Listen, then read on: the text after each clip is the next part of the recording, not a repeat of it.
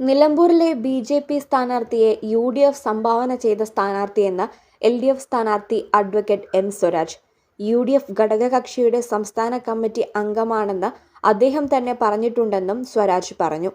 PV. Anwar മത്സരിക്കുന്ന കാര്യം ശ്രദ്ധയിൽപ്പെടുത്തിയപ്പോൾ എല്ലാവർക്കും മത്സരിക്കാൻ അവകാശമുണ്ടെന്നും അത് ജനാധിപത്യത്തിന്റെ വിജയമാണെന്നും സ്വരാജ് പറഞ്ഞു. മുഖ്യമന്ത്രി പിണറായി വിജയൻ എൽ.ഡി.എഫിന്റെ മാത്രമല്ല കേരളത്തിലെ മുഴുവൻ ജനതയുടെയും നാഥനാണെന്നും ഏറ്റവും കൂടുതൽ കാലം തുടർച്ചയായി മുഖ്യമന്ത്രി സ്ഥാനത്ത് ഇരുന്ന ആളാണെന്നും പിണറായി വിജയന്റെ വരവ് മണ്ഡലത്തിലെ തെരഞ്ഞെടുപ്പ് ആവേശത്തിന് ആക്കം കൂട്ടുമെന്നും എം. സ്വരാജ് പറഞ്ഞു.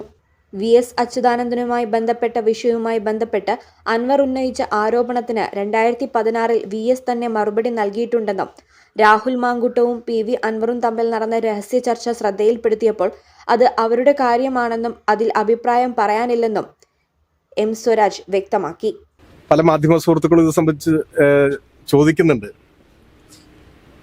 നാളെ വരെ ഏതൊരാൾക്കും മത്സരിക്കാനുള്ള അവകാശം ഇലക്ഷൻ കമ്മീഷൻ നൽകിയിട്ടുണ്ട്.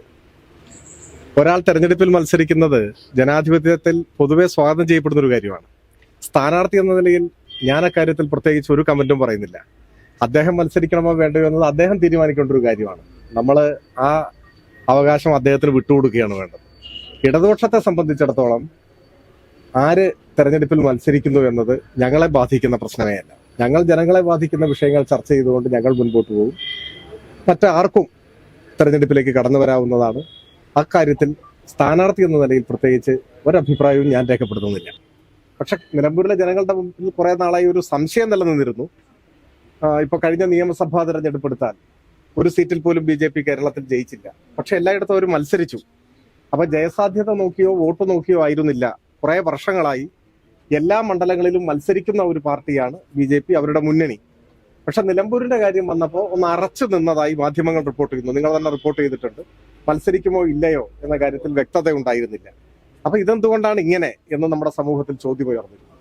ഇപ്പോൾ സ്ഥാനാർത്ഥി പ്രഖ്യാപിച്ചതായി പറയുന്നുണ്ട്. പക്ഷെ പ്രഖ്യാപിച്ച് കേൾക്കുമ്പോൾ സമൂഹത്തിൽ മറ്റൊട്ടേറെ സംശയങ്ങൾക്കാണ് അത് ഇട നൽകിയിട്ടുള്ളത്. യു.ഡി.എഫ് സംഭാവന ചെയ്ത സ്ഥാനാർത്ഥിയാണ് എന്നാണ് വരുന്നത്. ഞാനിത് ആലങ്കാരികമായി പ്രയോഗിക്കുന്നതല്ല.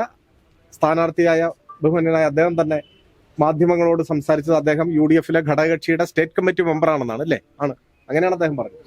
അപ്പൊ യു.ഡി.എഫിലെ ഘടകകക്ഷിയുടെ സംസ്ഥാന കമ്മിറ്റി അംഗം ബി.ജെ.പിയുടെ സ്ഥാനാർത്ഥിയായിട്ട് വരുന്നു. അപ്പൊ ബാക്കി ജനങ്ങൾ തീരുമാനിക്കട്ടെ, വിലയിരുത്തട്ടെ. ഈ channel Nilambur. Ampere College of Science offers Hospital Administration course, MBA in Healthcare Management, training tie-up with multi-specialty hospitals and medical colleges. Visit www.amperecollege.in. Ampere College of Science, Kuttipuram.